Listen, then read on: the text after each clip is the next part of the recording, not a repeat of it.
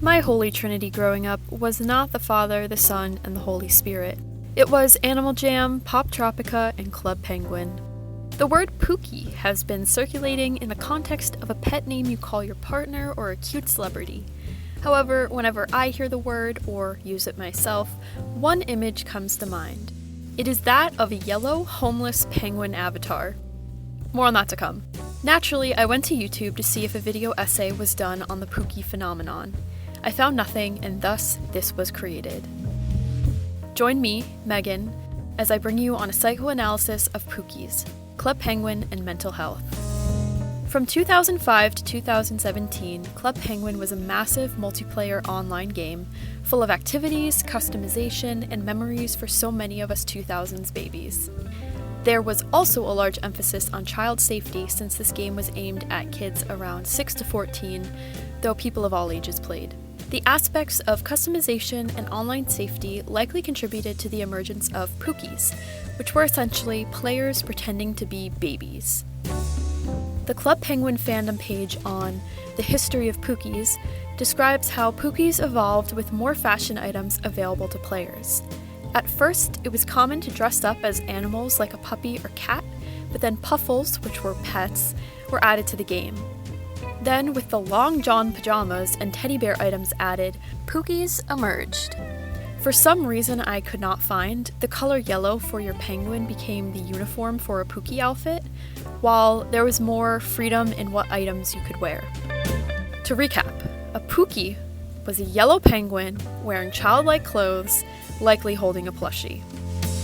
Behavior-wise, pookies spoke solely in a baby language that excessively inserted W's into words, such as pooies. The central hub for these players was the pet shop, where they would stake out, marketing themselves to be adopted by a dada or mamas, aka a virtual dad or mom. I vividly remember seeing players vying to attract a rich-looking mom penguin to adopt them and bring them around the virtual spaces. Often, I was overwhelmed by the sheer volume of pookies in the pet shop. I didn't understand the appeal of role-playing in general, let alone as a baby, which if you think about it, they shouldn't even be able to speak, but alas. I also didn't mind their presence. I kind of found it funny and a nice touch of atmosphere to make the game feel bustling with life. Apparently, this makes me a neutral, a term used to differentiate non-pookie players based on their attitudes towards the yellow babies. Naturally, there were hardcore haters.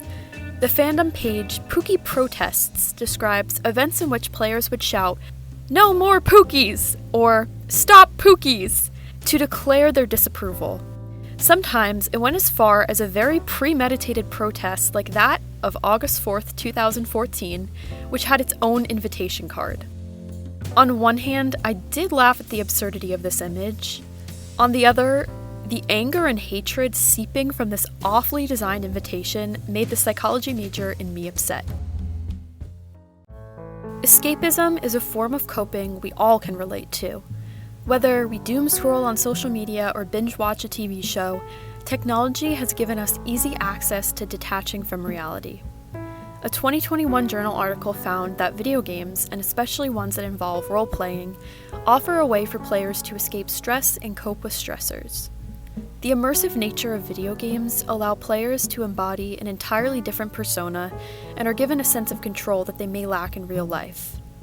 With this in mind, an argument could be made that a person acting like a baby on Club Penguin could serve as a coping mechanism for various reasons.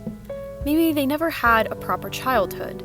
They have abandonment issues in real life and seek stability in the online space, or they crave attention from peers and it is manifesting in this behavior. While escapism has been perceived as a negative coping strategy, the emotional relief provided may be important in facilitating perseverance and well-being for at least some young kids, according to a 2017 journal article. If young kids use the pookie persona as a form of escapism, maybe even from bullying in their everyday lives, but then face bullying for their online character, the cyclical nature of bullying is concerning and worth noting.